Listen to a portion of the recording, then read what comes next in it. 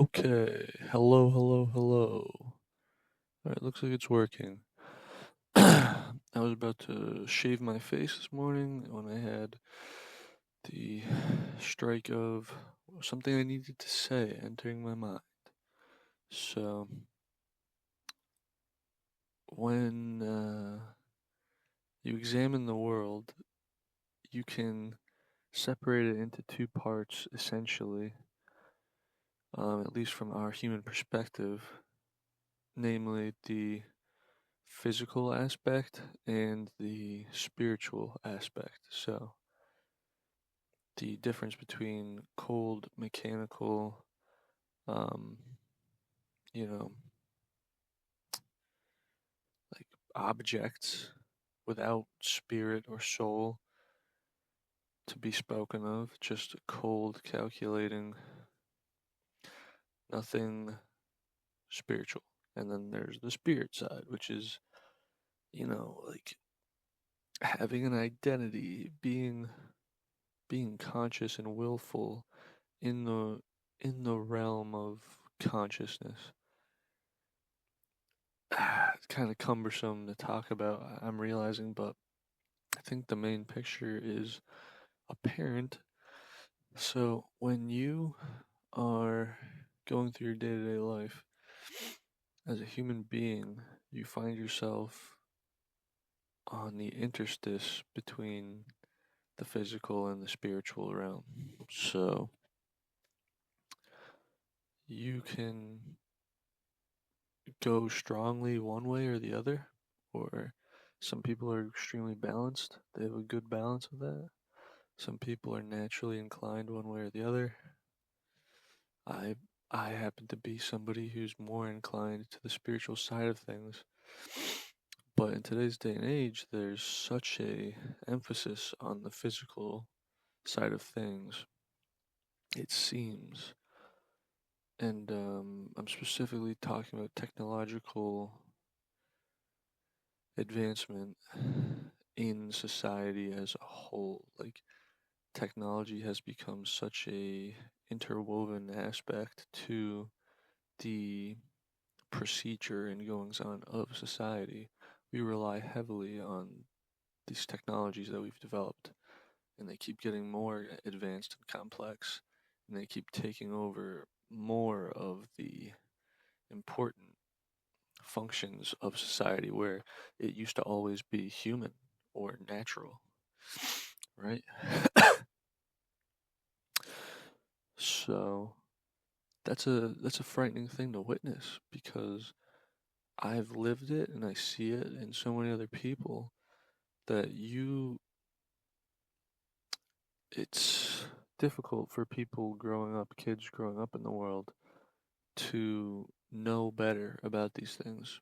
But when you just are on a device constantly being literally manipulated by these devices, if you're complicit, which let's face it, most people don't have a good reason to not be complicit in being manipulated, basically hypnotized by these devices, because it feels good, it's enjoyable, you're being amused.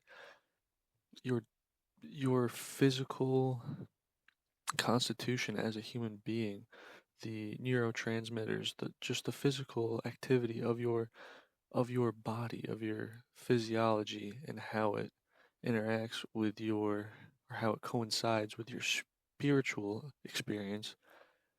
It's a two-way street. You can be manipulated by that, by the physical side of things, spiritually, or you can spiritually manipulate the physical side of things.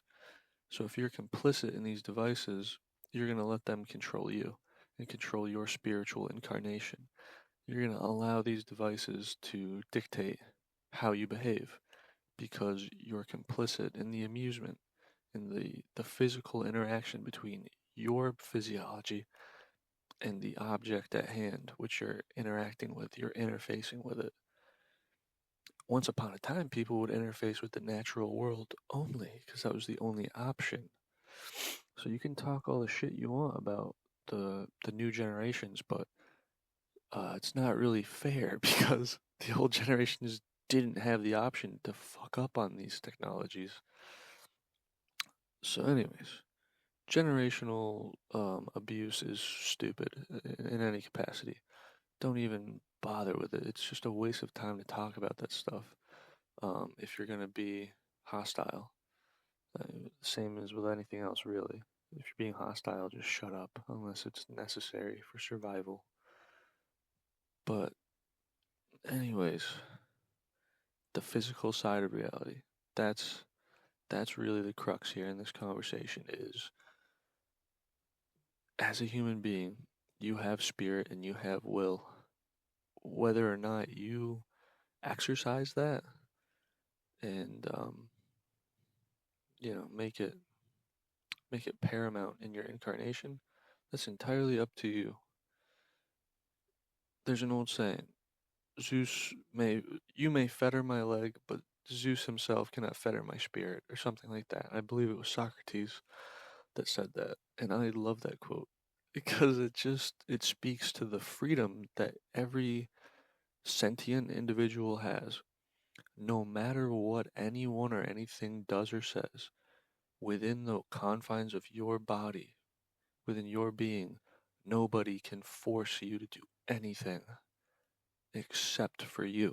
You're the one person who can truly force yourself. You exert your will. Nobody else. Nobody else, no matter what. So if you hold that belief in heart,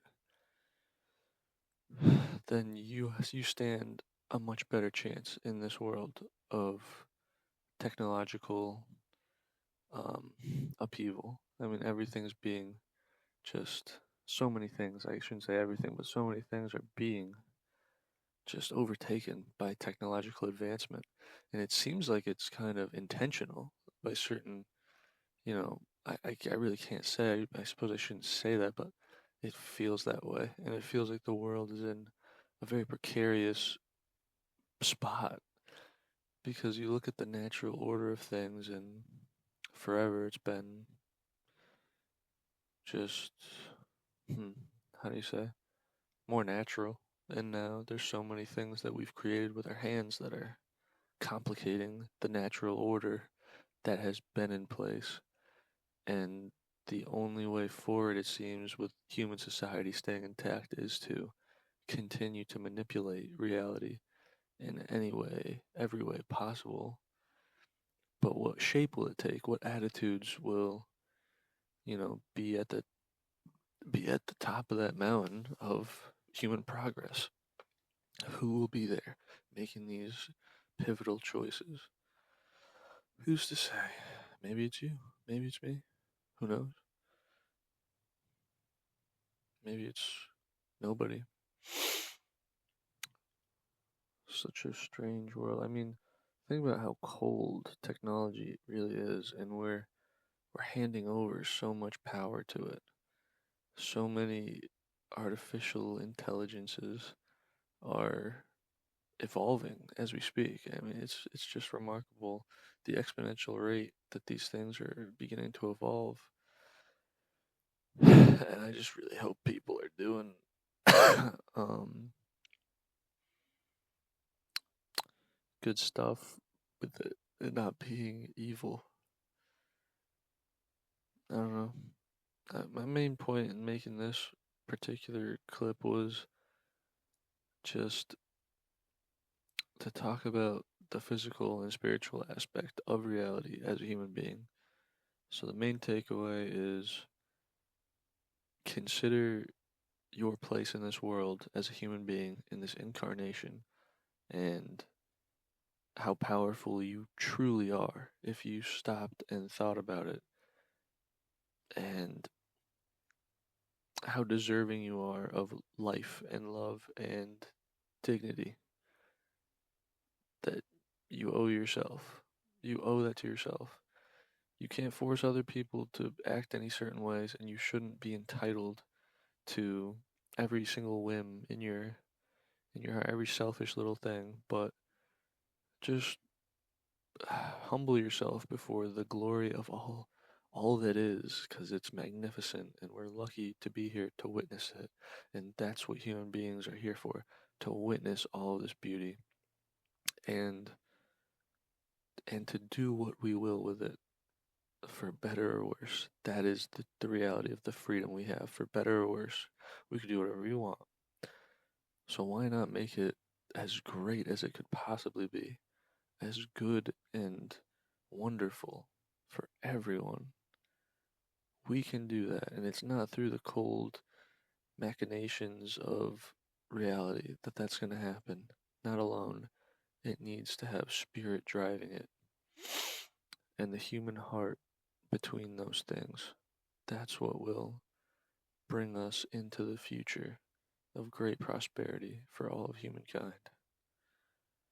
We need to revive the soul of all people.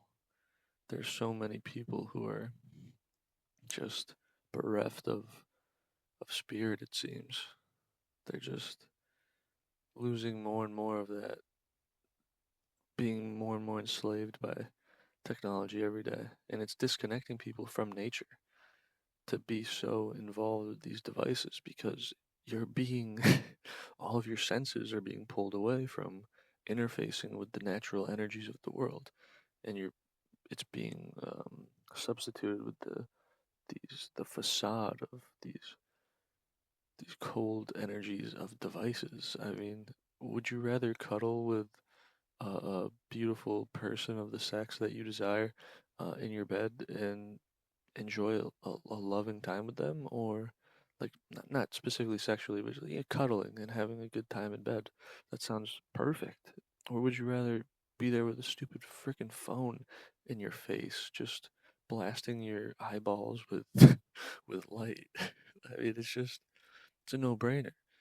Be more ambitious about experiencing the natural energies of the world, please. I mean, it's your life. You do whatever you want. You can live the rest of your life as a phone slave and just continue to devolve into a state of spiritlessness and just become a zombie, a husk that just, your brain is literally so obsessed with these phones and shit that amuse your brain and suck your brains dry of all pleasure hormones and neurotransmitters, that you just won't be able to do anything. You won't even remember who you are.